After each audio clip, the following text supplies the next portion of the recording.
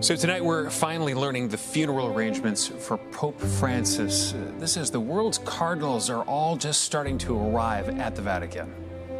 Prayers are being offered in Rome and all around the world for the Pope tonight. Our Marianne Ahern is here now with the very latest on plans for the Pope's funeral. Marianne. Good evening to you. Pope Francis, he left instructions for a more modest funeral in keeping with his simpler lifestyle. And today we also spoke to someone who witnessed Francis's humility in person. Photos released today show Pope Francis in red and white vestments holding a rosary. His body is laying at rest at Casa Santa Marta, the guest house where he lived. Tomorrow there will be a procession to St. Peter's Basilica to lie in state for 3 days. The funeral mass for the Pope will be held at 3 a.m. Chicago time on Saturday. Francis requested an undecorated tomb with only the inscription Franciscus.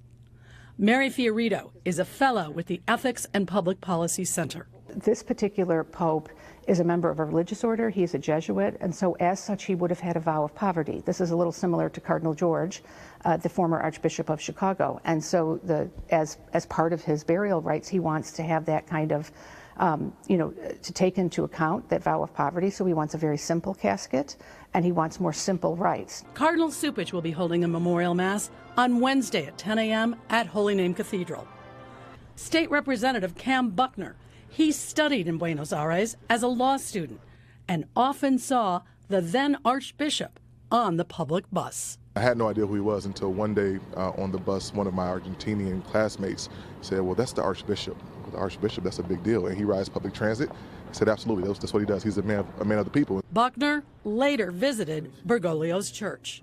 I wanted to go to one of his services, right? So I'm not Catholic, but I found time to go, I think, to 2 services, 2 masses that he conducted there in the middle of Argentina and in Buenos Aires. And I just was really taken by him. And so 3 years later, when he became the Pope, I was telling everybody that I knew, like, listen, I've met this guy before. Such a wonderful story. And Cardinal Cupich, he heads to Rome tomorrow after the Holy Name Mass. While we do not have a date for when the conclave starts, we know there are at least 9 days of mourning after the funeral, so it cannot start until May 5th. Perhaps then or a couple days after. Allison? It is wonderful to hear the stories of how many people the Cardinal and now Pope Francis touched. Thanks so much. And if you want to watch Cardinal Cupich's Mass for Pope Francis live, you can keep it right here on NBC5's streaming channel, and that Mass will start at 10 a.m. tomorrow.